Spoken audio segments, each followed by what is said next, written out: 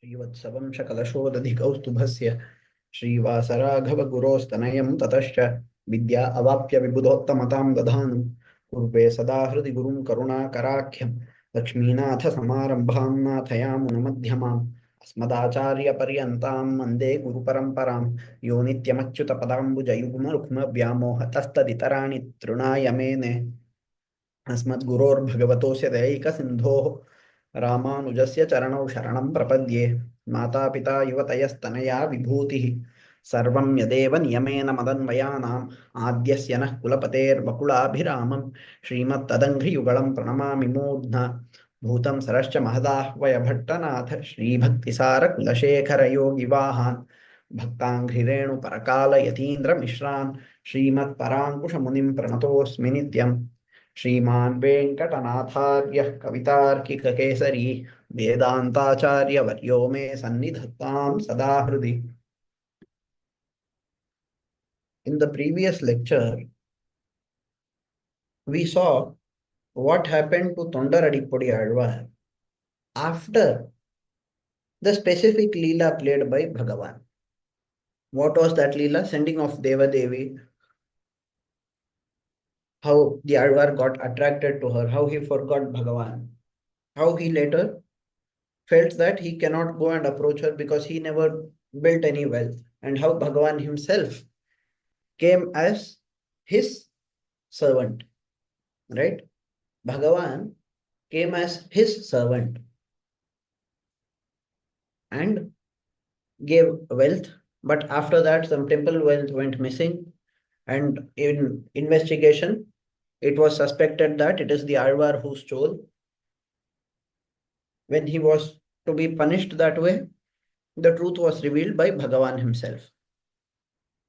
After that Leela, what happened in his life?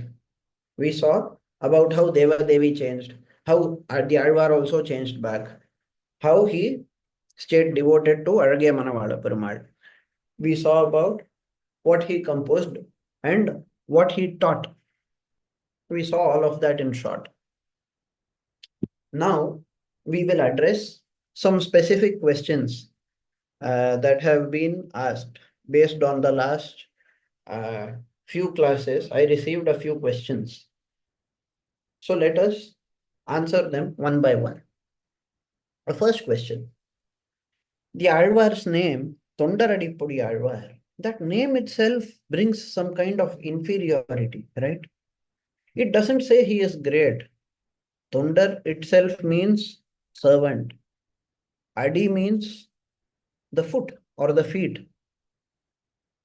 The feet dust of the servant.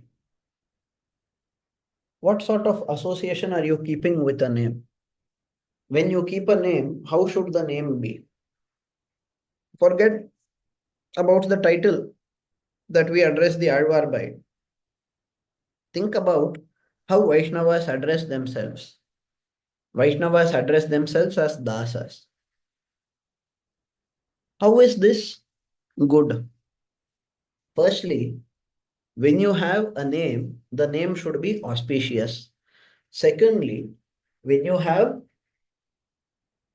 a word accompanying your name, the word should be indicative of your varna. Like the word Sharma used for Brahmanas, Varma used for Kshatriyas, Gupta used for Vaishyas. That is the way it has been since forever. You are saying that despite being Brahmanas, you Vaishnavas will keep the name with the ending as Dasa. When asked, we say it is Bhagavad Dasa, Bhagavata Dasa. Okay, if you call yourself as inferior to Bhagavan, we cannot question you.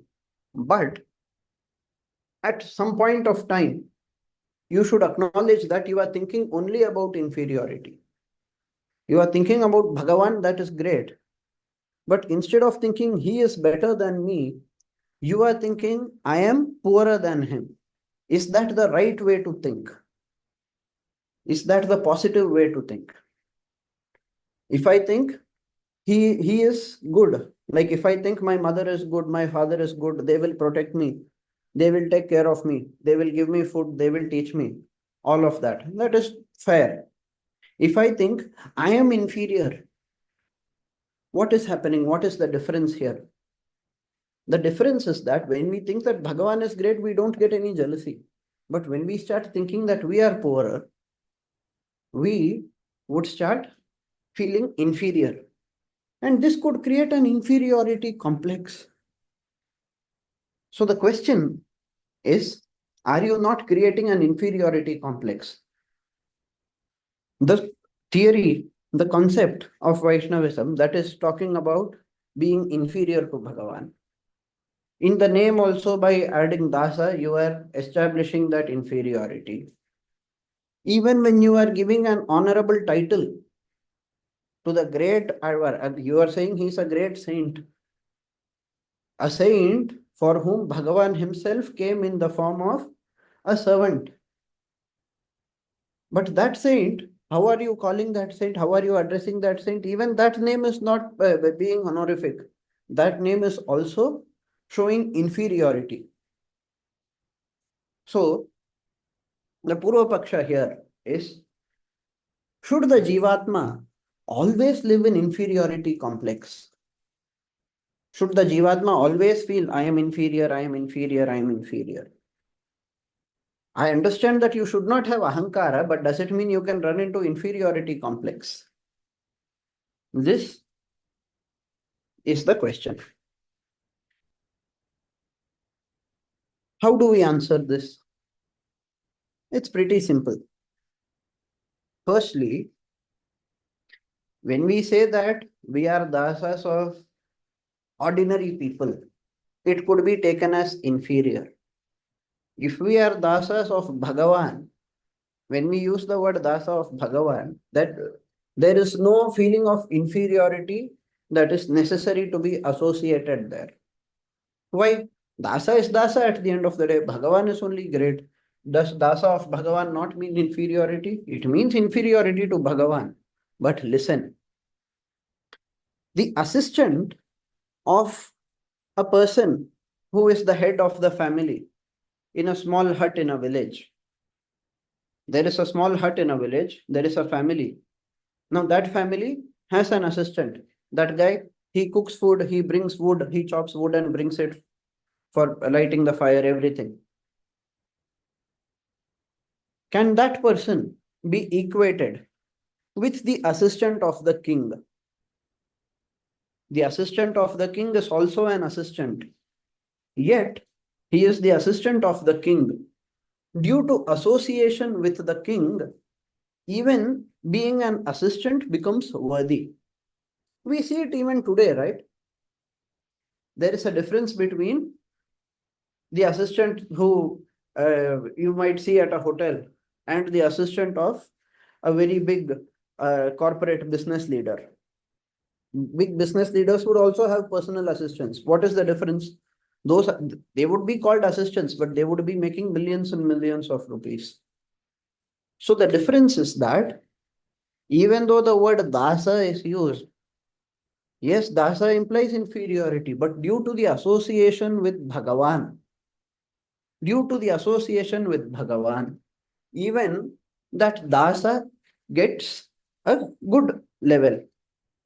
So if I say Bhagavad Dasa, does it mean, oh, I am the Dasa of Bhagavan, I should be very arrogant about it? No, not in that way. But it is something positive. It is something to feel good about. This is said when we say Bhagavad Dasa. How do we explain it when we say that Vaishnavas should also be Bhagavata Dasas? We do not just stop with Bhagavad Dasa, right? We say Ramanuja Dasa. Then we say Ramanuja Dasanudasa. Then we say Ramanuja Dasanudasanudasa. And so on, we keep saying. How should we understand these parts? Just like how Bhagavan is great, Bhagavan's Dasa is also great. Therefore, being the Dasa of Bhagavad Dasa is not wrong. Now a question might arise. Okay, maybe for one level you are saying it, but when you start saying Dasanu Dasanu Dasanu Dasa, You are going more and more and more inferior at the end of the day. 7 times the saint said, but it was still only a figure of speech. How many ever levels you can have, that many levels, for that many levels, I will be a dasa. That is the bhava that I should have. How is it possible for me to have that bhava without acknowledging that the Swami is always superior to the dasa? So Bhagavan is superior to Bhagavad Dasa. Bhagavad Dasa, that is the Bhagavata, he is superior to his Dasa. That person will be superior to his Dasa. Isn't that how it is going to go? So after a point of time, it is again going to imply inferiority, right? How much far away from Bhagavan will you come? If you say you are an assistant of Bhagavan, okay, you are somewhere close to Bhagavan. But if you're an assistant of assistant of assistant of assistant of assistant of Bhagavan, then doesn't it mean you are far away from Bhagavan? Here is the catch. The Shastras say that Bhagavan, he likes his bhaktas. But more than liking his bhaktas, he likes Bhagavata bhaktas. Bhagavan likes people who are devoted to him. There is no doubt about it. But he likes people who show servitude towards Bhagavatas even more. This has been declared by Bhagavan himself. As this has been declared by Bhagavan, we should understand that the dasa of the dasa is not below the dasa, but one level above the dasa. But is that even possible? How can the servant of a servant be superior to the servant? How can you ever be superior to your master? Is it ever possible? Here, we explain it by using sandwich theorem. What is sandwich theorem? Very simple. If A is greater than or equal to B and B is greater than or equal to C, then A is greater than or equal to C. If A is greater than B, somewhere you are finding out A is greater than B, B is greater than C, and C is greater than A, then A, B, and C are all equal. That is how you should understand. So here we understand that Bhagavan is the supreme, but Bhagavan loves his bhaktas more than himself. How do we know that? Let us take Mahabharata as an example. Krishna said he is not going to be involved in the battle. He is just going to be a chariot rider. But he did not stop at that. He made Bhishma's words come true, although in a very scenic way. He did make it come true. So, Bhagavan gave priority to Bhishma over himself. Correct? Now, what about those who do Bhagavata Seva? It is said in the scriptures, for example, it is said in Srimad Bhagavatam that people who perform seva to Bhagavatas, they are greater than those who do seva to Bhagavan himself. So people who do seva to Bhagavan are great, but Bhagavan likes people who do seva to his bhaktas even more. There is a famous shloka. Aradhananam sarvesham Vishnoraradhanam param tasmat parataram proktam tadiyaradhanam param. Aradhananam sarvesham, among all the aradhanas, Vishnoraradhanam param. The greatest is the aradhana of Vishnu. Obviously, he is Bhagavan. But Tasmat parataram proktam tadiyaradhanam param. Even greater than that, even superior than that, something is said. What is that? Tadiyaradhanam. It is the aradhana of those who are associated with him. Mama madbhakta bhakteshu प्रीतिरभ्यधिका भवेत् तस्मान् मद्भक्त भक्ताश्च पूजनीया विशेषतः मम मै मद्भक्त my bhakta madbhakta bhakta the bhakta of my bhakta. Bhagavan says, I have great feelings of dearness, I have great feelings of love towards the devotees of my devotees, therefore you should also treat them that way. Tasmat madbhakta bhaktascha pujaniya visheshatah. Therefore, devotees of my devotees are worshipable. Visheshatah, they are specially worshipable. So, in this manner, Bhagavan praises the bhaktas of his bhaktas also.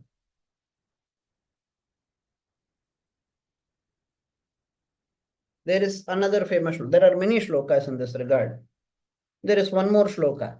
Tasya yajna varahasya Vishnoramita tejasah pranamam yepi kurvanti teshamapi namo namaha.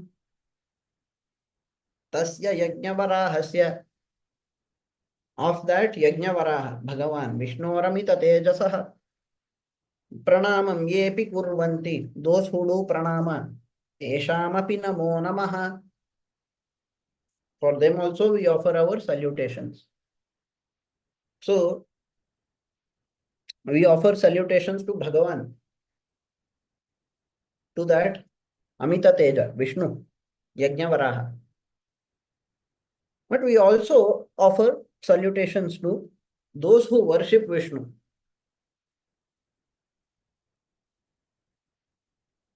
Tadashrayasya tasya tasya cha tasya cha samsevanannara loke puyante sarva patakaihi. Tadashrayasya, tadashrayah, one who is depending on Bhagavan, that is a Bhagavata. Tadashrayasya ashrayanat, by doing seva to the sevaka of Bhagavan. Tasya tasya cha tasya cha, by doing seva to his sevaka. By doing seva to that sevaka sevaka, and by doing seva to that sevaka sevaka sevaka. So, one who is a pure bhakta, one who is a bhagavata, his sevaka, that sevaka sevaka, that sevaka sevaka sevaka, that in that way. Tadashrayasya ashrayanat tasya tasya cha tasya cha. Maybe they could have said more, but the chandas is stopping them from adding another tasya. Samsevanan nara loke puyante sarva patakaihi.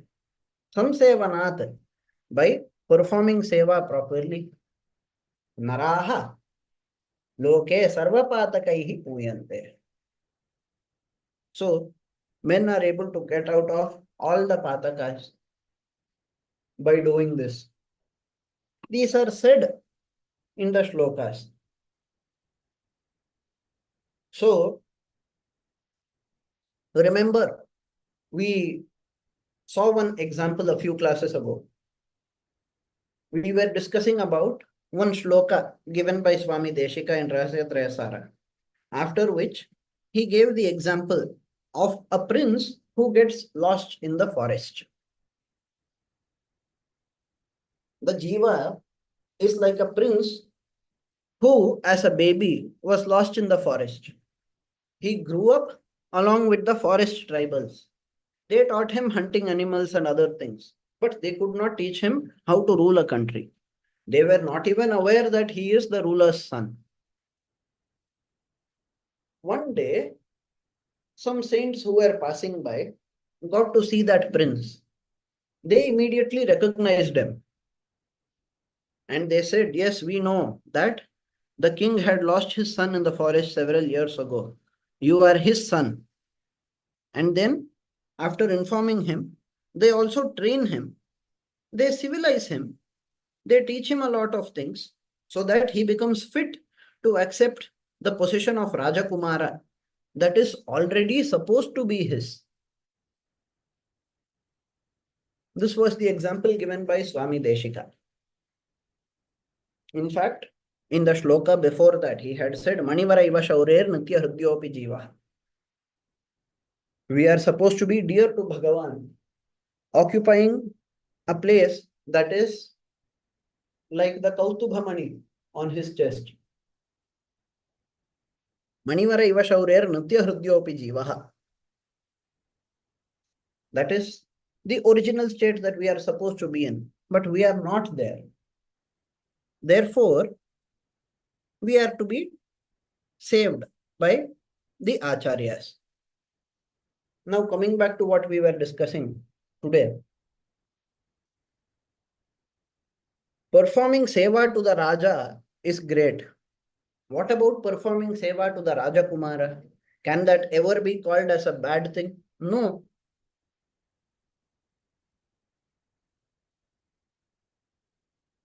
Also, understand it this way.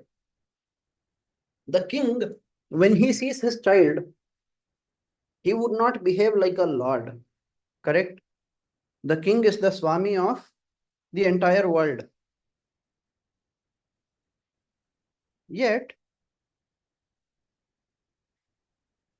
he, despite being the Swami of the entire land, does not behave that way in front of his son. He goes towards his son. Let us say he has a 3-year-old son. That son says, I will not eat food. You tell me some story, then only I will eat food. The king tells a story. Why? He doesn't have to, right? What does the king attain by that? He attains nothing. He has already attained. He has a kingdom. He is literally the king. But he gets satisfied by going and listening to the child and pampering the child, by showing all the love and affection to the child. Bhagavan also behaves that way. He has nothing to gain, yet he pampers the bhakta and he goes one level further, just like the king. Now the king himself likes to perform sevas to his son, not because he is inferior, but out of love, right? At the same time, the king will also love everybody who is performing seva to his son. He is my son. If you are going and serving him, I will obviously have respect for you. Correct? I will have very high regards for the person who is taking care of my son. So the attendants who are there, those who are taking care of his son, those who are performing seva to the Rajakumara, how would the king treat them? Would he treat them like normal servants? No. They are also important because they are performing seva to my son. That is what Bhagavan also feels. So Bhagavan treats his bhakta like the Rajakumara, and the Bhagavata dasas are treated like the dasas of the Rajakumara. Therefore, Bhagavan will never have low regards for them. He will always have high regards only.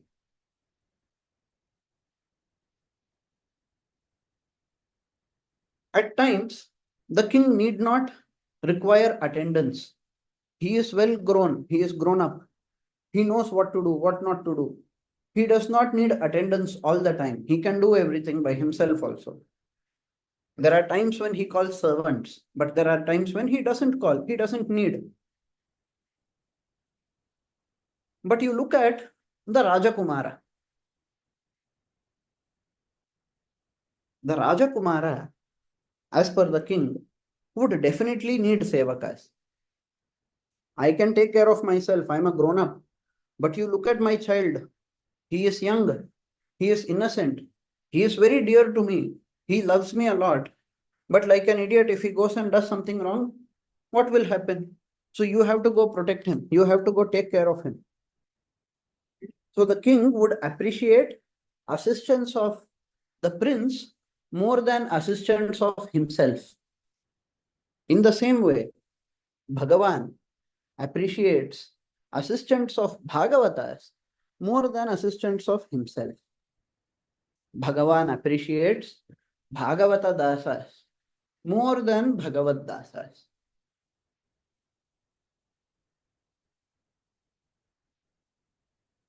So, yes, the Bhagavata is not perfect. I have one question here, Veeraraghavacharya. Sorry. Uh, Another reason can be Bhagavan cannot be seen, no? Whereas our Guru Bhagavata can be seen. See, the Guru, Bhagavata, they all can be seen. Yes, that is a correct point. But that is not the reason why Bhagavan finds it better. See, we find it easier to do Bhagavata Seva because Bhagavatas are right in front of us. For us, it is easier to do. But from the perspective of Bhagavan, what makes Bhagavan to give Bhagavata Sevakas also such an exalted position? There, ideally, the king would appreciate people who do a greater, more difficult accomplishment. No, you are doing seva to a person who is already visible to you. Is that superior? Or despite being directly visible to you, I am being worshipped by you. Is that a greater effort? We are looking at it from the perspective of Bhagavan. We are first establishing that. Oh, okay. Now I understood. Okay, from the perspective of Bhagavan. Okay. Yes, because we have to first establish that Bhagavata Kainkarya is a great thing. What makes it great? What we like or what we can do that does not make anything great. What Bhagavan wants, what Bhagavan feels, that is only going to decide what is great and what is not. Correct? So we are here establishing that doing Kainkarya to Bhagavatas is a great thing. It is not to be seen as, oh no, this is something inferior. No, what do I do?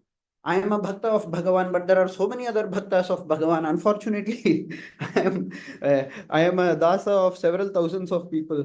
Does anybody think that way? A pure bhakta would never think that way. A person, a, a servant with pure bhakti towards the king, would he ever think bad about serving the prince? No. The person who is purely devoted to the king would show pure devotion to the prince also. In the same way, we as bhaktas of Bhagavan should show that seva bhava towards all the Bhagavatas. Therefore, we would say we are their dasas. And if they have other dasas, if somebody else also goes and says, I am your dasa to them, we will say, oh, we are your dasa also. Why are we doing it? Why are we able to do it easily? Why are we doing it? Because it is easy to do. Yes, the Bhagavatas are there as pratyaksha. That is a great thing. Not everybody is destined to do that. You see in Ramayana, we have discussed this before. Lakshmana served Bhagavan directly. Shatrughna did not serve Bhagavan. Correct? Shatrughna, Rama was in the forest. Lakshmana is serving him. Who is Shatrughna serving at that time? Shatrughna is serving Bharata. Bharata is serving Rama Paduka. Correct? It is not possible to be there in the forest. Bharata and Shatrughna were not even there in Ayodhya when Rama left Ayodhya. Even after Bharata went and met Rama, Rama refused to return. And he said, you go and take care of the kingdom. So Bharata had to take care of the kingdom. He could not go like Lakshmana. Bharata could not go. Shatrughna also could not go. But Shatrughna performed Kainkarya to Bharata. I cannot see Rama, but I can see his representative who is ruling here. I will perform seva to you. So what Shatrughna did was Bhagavata seva, which is praised by all of us, which we say is one level better than what Lakshmana did also. Lakshmana did Bhagavat seva. Of course, this is only for the sake of understanding. This does not in any way mean that Shatrughna holds a superior position than Lakshmana, or that Shatrughna understood the concept of bhakti better, or that, or any of that kind. What we are trying to imply is simply because when this is pointed out by our Sri Vaishnava saints, they say it only to teach the concept of Bhagavata Seva. They do not imply that we have to start taking a sense of superiority, inferiority, even when mentioned, despite mentioning. So there is a kind of Nahininda Nyaya used. The Alvar says things like, Lakshmana made mistakes. The saint says, Lakshmana made mistakes. He suspected Bharata, for example. Lakshmana suspects Bharata. Bharata made mistakes. But Shatrughna has never made any mistake. He is pure. Suppose somebody says in this way, we should understand that Lakshmana was not a great sinner or anything. Bharata was not a great sinner or anything. Just to praise the concept of Bhagavata Seva, it has been presented in this way. So, there are times when the saints, in order to praise one person, they would, in order to highlight the greatness of one person, they will present the others as inferior. Likewise, in the scripture, it is said that Bhagavata Dasas are superior to Bhagavatas. But how are we to understand it? We would understand it by saying that every Bhagavad Dasa should be a Bhagavata Dasa and should be a Bhagavata Dasa Anudasa and Bhagavata Dasa Anudasa Anudasa, that way. That should be the nature of every Bhagavad Bhakta, right? Every servant of the king should be willing to serve the prince. That is how we should be. So, there is no problem in serving Bhagavan, that we have covered before. Is it not inferior to say that we are going to be servants of Bhagavan? Even after getting moksha, you are only going to be a servant. What is the point? For that question, we have already seen the answer. Now, what we are seeing is about this inferiority complex. You said Dasanudasa, isn't that inferior? We are saying it is not inferior. It is an exalted position, because you look at how Bhagavan sees everything. Bhagavan sees it as a very great thing. He is extremely pleased. Therefore, it is great. Therefore, we don't have to live in inferiority complex. Okay, so this, to answer this question, your point, sir, was 100% correct. But to answer this specific question, we need to look at it from Bhagavan's perspective. What he has said becomes pramana. What you and I tell will not become pramana. It will become pramana only if we are repeating. If we say the same thing that is there in Shastra, it will become pramana. If we say something by ourselves, will it become pramana? No, it will not. So, where does Shastra come from? That comes from ultimately Bhagavan only.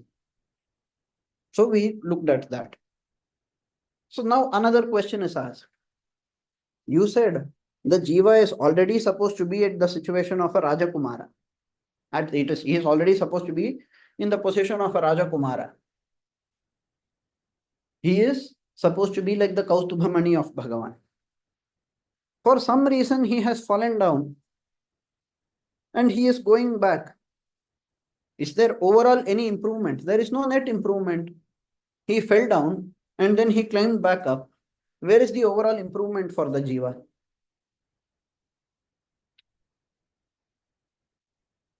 Is this question understood? Is there any improvement at all for the Yeah, jiva? very much understood. In fact, today there was an article in Times of India on the same subject. Oh, Pure soul, and J. Krishnamurthy's talk on that. Oh, So conditioned soul and pure soul and all. So when the pure soul is there any need for conditioned soul to work? exactly. So Very happy that you will be addressing this issue when I saw I this. did not read the article. It is such a coincidence. Thank you for telling. I will read it after the class. But see, the thing is, the Shastra says that Atma is pure. Even Jivatma is pure. All Sri Vaishnavas accept that Jivatma is pure. In its original state, it is pure. But like what you said, right? Pure soul and conditioned soul. We are conditioned by that Kalushamati. Kalushamatiravindhan Kinkaratvaadhirajyam. So that adhirajya of Bhagavat Kainkarya, Nitya Bhagavat Kainkarya, that is the state of moksha, that has been missed by us due to Kalushamati. So we have been conditioned in the wrong way, because of which we did not perform Sharanagati and attain Bhagavan. We went in the other direction. So, given that the original state is already pure, given that the original state is already so exalted, is there any net improvement at all? There is no improvement, no. See, for the Advaiti, when the Advaiti says there is no improvement, the Advaiti says the universe itself is an illusion. Therefore, there is no improvement. You are accepting the entire universe. You are accepting all chit, all achit, everything. And finally, you are saying that when you attain moksha, you are not really getting anything new. You are just returning to your original position only. So what is the gain? The gain is nothing. Why should you say that you fell down and that you will climb back up and then come to the same place? Can you not better say Advaita, which is much simpler? Why? Because Advaita says you never fell. Advaita says avidya, in reality, does avidya exist? Avidya does not exist. We say there is jiva, so many jivas are there, we have to do sadhana chatushtaya, this, that, everything is said. But in reality, does Advaita accept all of that? No. Advaita says the whole world is an illusion. The jiva is the Brahman. That Brahman is the Atma. There is only one Atma, one Brahman. You contemplate on that truth and you will become that truth. It is not just continuing to live in a realized state, the ultimate state, that Nirguna Moksha. It is that Nirgunatva. How do you attain it? You do not attain it by going and standing near Brahman. You do not get it by merging with Brahman. You attain it by realizing that you are that Brahman. That is what Advaita says. Advaita says you should realize that you are that Brahman. Aham Brahma Asmi. That is how I should understand as per Advaita. So the question could be asked in this way. The Advaitis are not asking. Let us say the question is asked by somebody, just citing Advaita. In Advaita, it was much simpler because you never fell. There was some illusion. That illusion went away, clarity came, you are there. So Advaita does not accept an overall improvement. When the jiva attains moksha, what is the improvement? If you ask, Advaita will say it will appear that there is an improvement because jiva is getting rid of avidya. Avidyayamrityam tirtva vidyayamritam ashnute. With Brahma Vidya, you attain Amrita. That is the moksha. Here, Advaita is not telling that there is a real improvement. When Advaita says you should improve, you should control your senses, you should do this, you should do that, all of that is said under the realm of illusion. under Vyavaharika Dasha. They call it Vyavaharika Satya. Correct? So, in reality, there is no improvement. But you are under the illusion that you are inferior. Therefore, within this realm of illusion, you should lift yourself to the point where you are eventually able to come out of the illusion itself. When you come out of yourself, with that illusion, you will understand that this you, me, he, she, all of that is not there. Only that one Brahman is there, and that is only you, and that is only me, and that is only all the others. So Advaita does not acknowledge any real improvement. Advaita does not say that the pure soul gets conditioned. It says the conditioning is an illusion. The conditioning never really happened. You believe that you are conditioned, you believe that you have become inferior, you believe that you are different. Now in Vishishtadvaita, we have accepted the world, we have accepted Ananta Koti Jivas as Satya. We did not say Vyavaharika Satya, we say whatever Paramartha is there. Whatever Paramartha is there, in all of that Paramartha, we will acknowledge the Jivas as being infinite and existing separately from Bhagavan. Yet we will also establish relationship. They are separate but also related to Bhagavan through Sharira Shariri Bhava. But having acknowledged the entire universe as real, all the Jivas as real, everything as real, we are still not telling about improvement. The question is, where is the improvement? Why should you say that you are going back to the same situation? Why don't you say that you started at a very low position? Isn't that the original Siddhanta of Vishishtadvaita? The answer is very simple. We are starting at a lower position. Bhagavan, out of his infinite compassion, he is trying to lift us up. When we say that Kinkaratwadhi Rajyam, Manivara Iva Shaurehe, Rajakumara Sthiti, all of that, we are implying that Bhagavan wants to keep us there. We are behaving like tribals in the forest. Bhagavan wants to take us and make us the Rajakumara. So, you see what is there right now. Firstly, you did not fall down from Vaikuntha. We are not some fallen angel or some people who were cursed by Bhagavan to take birth or something like that. It is not as though we were initially in the state of moksha and then fell. We never started there. The child was born in the forest. It could never experience Raja Bhoga. It was born in the forest, lost in the forest, brought up in the forest. It lived as a forest dweller. When have you lived as a prince? Have you ever lived as a prince? You never lived as a prince.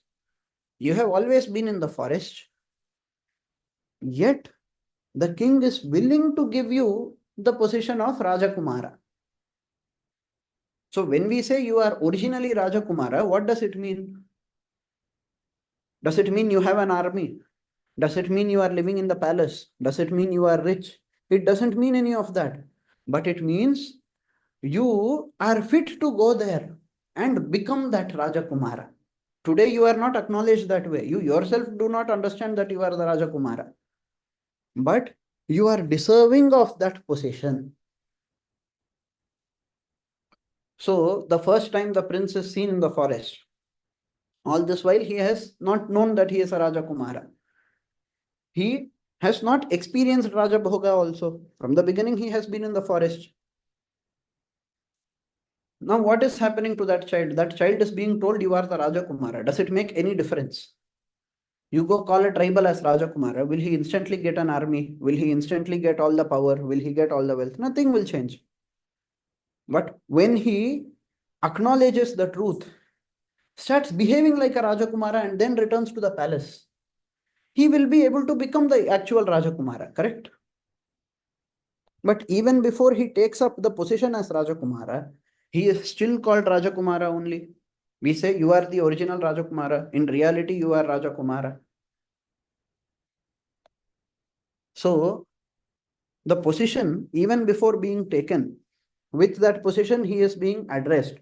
Why? Because that position is always open for him. If the king knows that his son is there, why will he not call him? And Bhagavan is all knower. He knows everything about us. He wants us there. He wants to help us to attain moksha. He could have granted instantly, but he is Parama Karunika. He could have granted us instantly, but he is also fair. When you do so many sins, how can he easily forgive all of that? He has to be fair. He is also giving us free will. All of that has been discussed in the previous classes. So, Bhagavan is ready to give us a position there, that exalted position. We are deserving of that exalted position. We are supposed to be there, but we are not there. That is the way we should understand it. Therefore, moksha is 100% improvement only.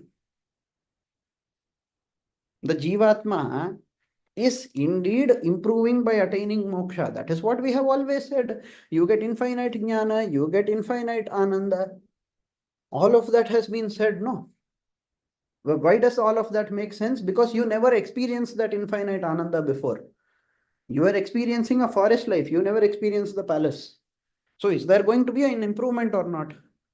Oh, I am already a prince. What change is it going to make by me going to the palace? Nobody will ask that way. That would be a very stupid question. So there is improvement. That improvement is very, very solid. And that improvement is permanent.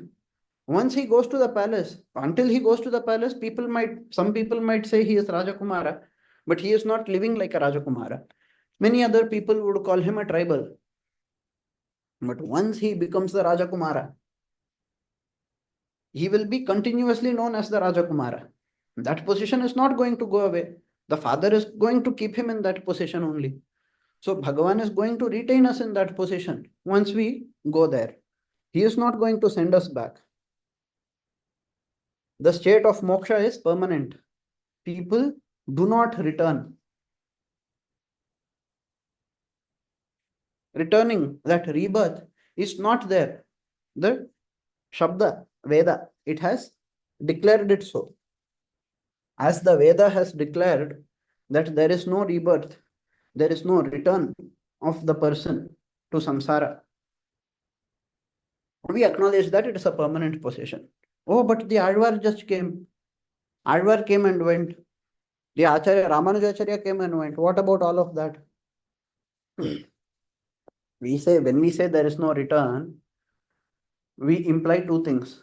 One is that the Jivatma will remain there in Vaikuntha. Through Dharma Bhuta Jnana, it can operate its bodies anywhere. That is a different thing. The second thing that we say is that it is never returning to the bondage of samsara. Bhagavan is there in Vaikuntha. He is coming here. Does anything change for Bhagavan? Nothing changes for Bhagavan, no. He was Shuddha Sattva there. He is Shuddha Sattva here also. Nothing changes. So the Alvars, when they came also, they were not really bound by karma. A lot of people have this misconception even about Bhagavan. They say Rama was bound by karma phala. Vishnu was bound by karma phala. They say, Narasimha got a shapa, therefore Rama experienced problems. Rama killed Vali unfairly, therefore Krishna died at the hands of a hunter. That hunter was only Vali. They keep coming up with new theories like that. Vali attained moksha in Ramayana. Vali was not reborn. All the suffering that Rama experienced, it was not really because he got cursed. And there might be places where people say curses, people say bad about him, they curse him and things like that. They say even Kunti cursed Krishna. But will any curse work on Bhagavan? Any blessing, any curse, everything works only with his assent, only with his approval. He is not really bound, but he behaves as though he is bound so that he can teach us a lesson. By coming as Rama and living a life of suffering in the forest, it was not a great life that he lived in the forest. He could have lived at Ayodhya, but he lived in the forest. Correct? Why did he do that? That was Leela to teach us that no matter what problems we face, because we will definitely face problems, There is nobody who is living a life without any problem. Even if there is such a person today, tomorrow there is no guarantee that life is going to be problem free. Problems come to all people, physical, mental, spiritual, some problem or the other, adhyatmika, adidaivika, adibhautika, something or the other is going to come for sure. If you have so much punya in your prarabdha, what will happen? You will start experiencing the bhogas so much that you will forget Bhagavan, and eventually you will start committing papa. So again you will get stuck only. So when Bhagavan comes, it is as Leela to teach us to imitate the way we live so that we learn a lesson. That is what Bhagavan is doing. The Alvar, having been an avatar of a Nityasuri, having been the avatar of a Vanamala, Amsha of Vanamala, right? That is what we said. Do you think a Nityasuri is going to fall for such worldly pleasures? Not even Mukta, remember, literally Nityasuri. Since forever he has been pure, do you think suddenly he will get corrupt? Oh, by the will of Bhagavan, he can get corrupt. No, yes, but why will Bhagavan ever will that way? If Bhagavan wishes intentionally for somebody to get evil, or somebody to become bound by ajnana, or somebody to become bound by worldly pleasure, if Bhagavan intentionally wishes that way, we would be able to question Bhagavan. How is this fair? But Bhagavan is always fair. Therefore, when Bhagavan said, I will make this happen to him, we should understand that that part was a Leela, in which the Alvar was also playing it as Leela. The Alvar was also playing it as Leela only. But the story that needs to be conveyed to us, if you say everybody is coming here, everybody is doing Leela and going, nobody will follow. Already so many people are questioning. They are saying, oh, when you say Rama is Bhagavan, you should follow him that way. Half of the people will say, no, no, he was not Bhagavan. He himself said, Atmanam Manusham Manye. He was just an ordinary man. He was a great man. That's all. Why should we follow him? Some other people will say, oh, Rama is Bhagavan. Bhagavan can be perfect. Can I be perfect? I am a Jiva. I cannot be perfect. I have to be imperfect. I cannot follow Rama. I cannot imitate Rama. Some excuse or the other will always come out. So, what we should understand here is that the story of Tondaradipodi Alvar was meant to show that for a pure bhakta, even if by chance he gets pulled away from Bhagavan, Bhagavan will himself personally ensure that you return to him. That is the story that has been taught to us. How can this story be taught if every character in your story is playing a Leela? If you declare that everybody is playing a Leela, it will not work that way. Correct?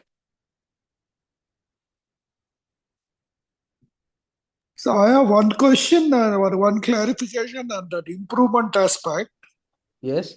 It was very clear, beautifully explained now, like you are first born in the forest and then you are getting a moksha or becoming a prince.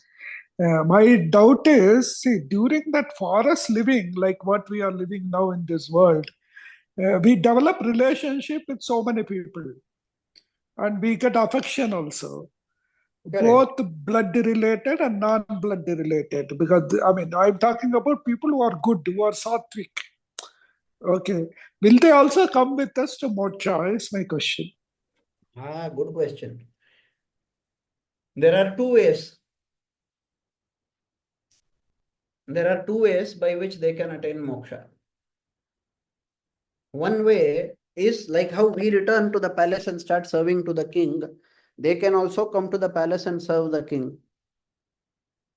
When the king finds out that they are also capable people, assuming that they are good people and everything, the king will take them in.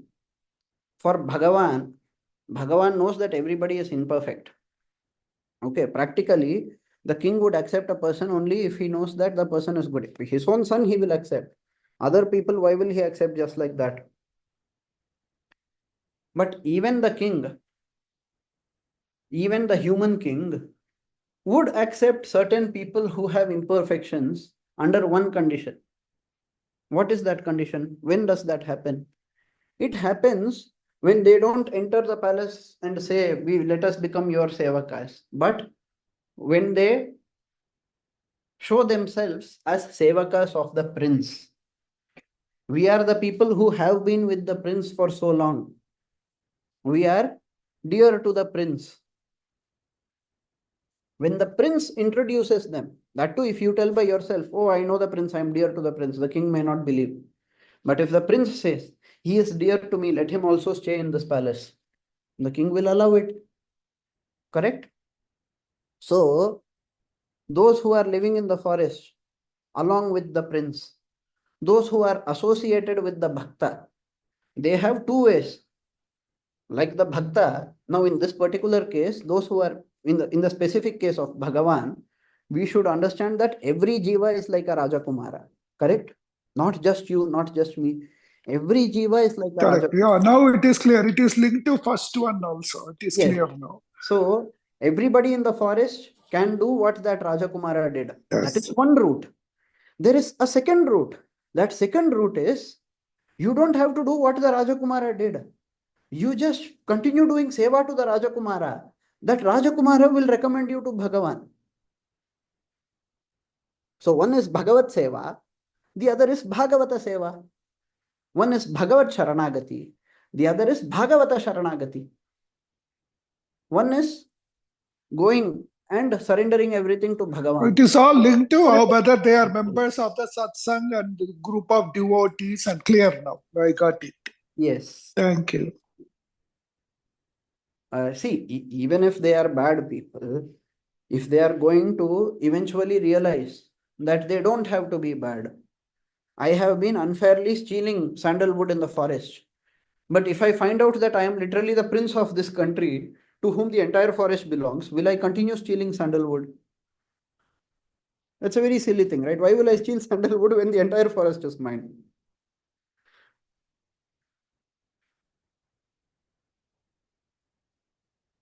So people will eventually lose it as they get more and more bhakti. But what is the path for them? They can either claim that Rajakumara possession, or they can present themselves as sevakas of Rajakumara. We just saw about how Bhagavan respects the dasas of his bhaktas even more than his own bhaktas. Correct? His bhaktas are tasmat parataram proktam tadiyaradhanam param. So his bhaktas are also in a very exalted place. So you can enter the palace saying, I am associated, I am performing service to the prince. I have always been there doing seva to the prince. Then he will let you continue. Oh, he has taken care of my child for so long. Let him continue. The king will allow. But for that, where does the authentication come from? It comes from the prince. Like that. So we should deserve that. Correct. Clear. With the recommendation of the Bhagavata, one can attain moksha. With the recommendation of the Sadacharya, one can attain moksha. If I surrender to my Acharya has surrendered to Bhagavan. With the recommendation of my Acharya, I will also get. Because I have surrendered to him. No. So everybody who surrenders to my Acharya, he has a dharma. No, my Acharya will have a dharma. What is that dharma? You have to do raksha of Sharanagatas. Sharanagata Rakshana is a duty. So, naturally, if you surrender to the Acharya will ensure that somehow or the other you are taken towards Bhagavan. If you surrender to the Bhagavata will ensure that it happens. Why did we say Acharya separately, Bhagavata separately? Every Acharya, in the ideal case, is supposed to be a Bhagavata. And every Bhagavata, by virtue of being a Bhagavata, becomes fit to be as respectable as an Acharya. What is the Acharya going to teach at the end of the day? He is going to teach you do bhakti, you be like a Bhagavata, you go do Sharanagati, you attain moksha. That is exactly what the Bhagavata is doing.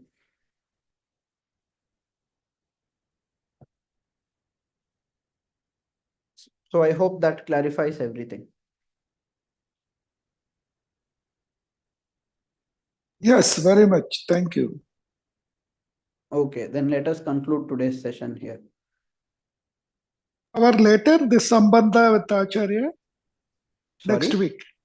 Last point. What goes behind us getting Acharya Sambandha? Yes, yes. That we will continue in the next class. Okay.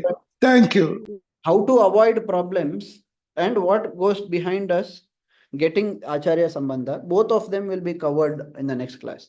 How to avoid problems that were faced by the Alvar, that question has also not been addressed today. Okay. Clear. Thank you. Right.